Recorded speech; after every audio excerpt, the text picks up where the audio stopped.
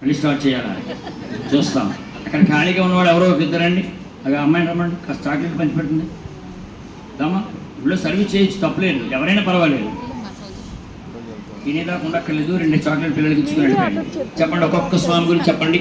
ఆరోగ్య ఆరోగ్య రక్షాకృత స్వారోగ్య ప్రదాయకాయ ధన్వంతరయే నమః.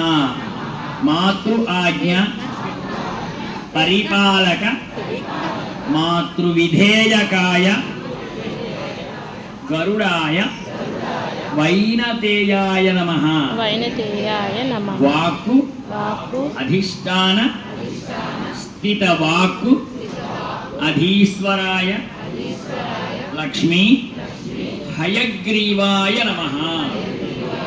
విద్యా బుద్ధి ప్రదాయకాయ తారాసహిత బృహస్పతయే నమః. సర్వ కార్య సిద్ధి ప్రదాయకాయ యోగ ఆంజనేయాయ నమః. పరిపూర్ణ శీఘ్ర లేఖనాయ విద్యా గణపతయే నమః. నిఖిల మేధా సంపత్ ప్రదాయకాయ మేధా దక్షిణామూర్తయే నమః.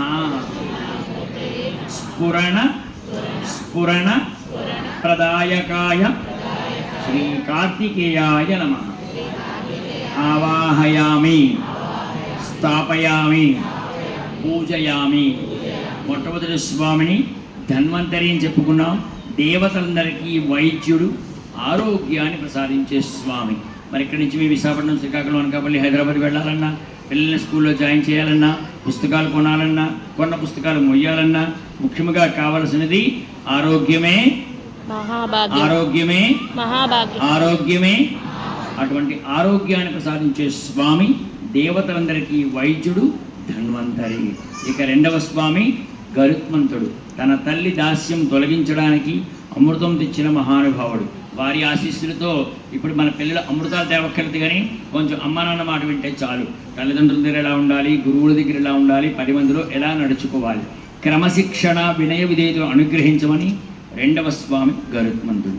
ఇక 3 మొట్టమొదటిలో చెప్పుకున్నాం. జ్ఞానానందమైన దేవం నిర్మలస్ఫటికాగ్నిమాధారం విద్యానాం హయగ్రీవోపాస్మహే. చదువుల తల్లి అయిన సరస్వతి మాతకి ఆచార్య స్వరూపం. మధుకైటములనే రాక్షసులను సంహరించి వేదాలని సంరక్షించిన మహానుభావుడు హయగ్రీవుడు. వారిని పూజించడం వల్ల మాట, వాక్కు, ఉచ్చారణ ఎంత చదువుకున్నాం కాదు, ఎలా మాట్లాడాలి, ఇంత అలంకారం చేసుకున్నాం ఆభరణాలు కాదు, ఆడే మాటలో సంస్కారం. పెద్దలు చెప్తుంటారు వాగ్భూషణం భూషణం. వాక్కు అంటే మాట, భూషణం అంటే ఆర్నమెంట్స్, ఆభరణాలు. చక్కగా మాట్లాడటమే నిజమైన ఆభరణం అట. అటువంటి మంచి మాట తీరు మా పిల్లలకి ప్రసాదించే స్వామి అని హయగ్రీవ భగవానుడు. ఇక 4 తారా బృహస్పతి. బుద్ధిని ప్రసాదించే స్వామి. స్కూల్కి వెళ్ళాలన్నా, కాలేజీకి వెళ్ళాలన్నా, చదువుకోవాలన్నా బుద్ధి బాగుండాలి. అంతేగాని స్కూల్ మానేద్దాం, ఇవాళ హోంవర్క్ రేపు చేద్దాం అనే ఆలోచన మనసులో రాకూడదు. బుద్ధిని మంచి మార్గం నడిపించే స్వామి అని బృహస్పతి. ఇక 5వ స్వామి యోగ ఆంజనేయ స్వామి. అనుకున్న కార్యం నెరవేరేలా అనుగ్రహించమని. ఈరోజు మనం అంతా అనుకున్న కార్యం ఏమిటి? ఏ పని మీద వచ్చాం? అక్షరాభ్యాసం, సరస్వతి పూజ. ఇది చక్కగా జరిగితే రేపొద్దున మా పిల్లలు మాకంట మంచి స్థాయిలో ఉండాలని ప్రతి తల్లి, తండ్రి, తాత, నాయనమ్మ, తాత, అమ్మమ్మ, మేనమ్మ, మేనతో కూడా కోరుకుంటాం. ఆ అనుకున్న కార్యం నెరవేరే శక్తినిమ్మని కార్యసిద్ధికి యోగ ఆంజనేయ స్వామి. ఆ తదుపరి విద్యా గణపతి. గణపతిలో మనం 32 రకాల గణపతులు చూస్తుంటాం. ద్వాత్రింశతి గణపతి అంటాం. ఇక్కడ స్వామి వ్రాస్తున్న రూపం. వ్యాస భగవాన్ చెప్పగా మహాభారతాన్ని లిఖించిన స్వామి. ఆయన పూజించడం వల్ల చక్కనైన దస్తూరి వ్రాత. పిల్లలు రాసిన అక్షరాలు ఎవరికి అర్థం అవ్వాలి? గుత్తగారు, ఉపాధ్యాయులు, ఇంకా